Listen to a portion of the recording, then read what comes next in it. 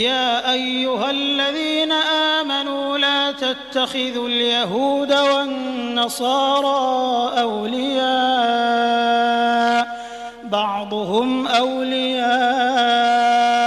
بعض ومن يتولهم منكم فإنه منهم إن الله لا يهدي القوم الظالمين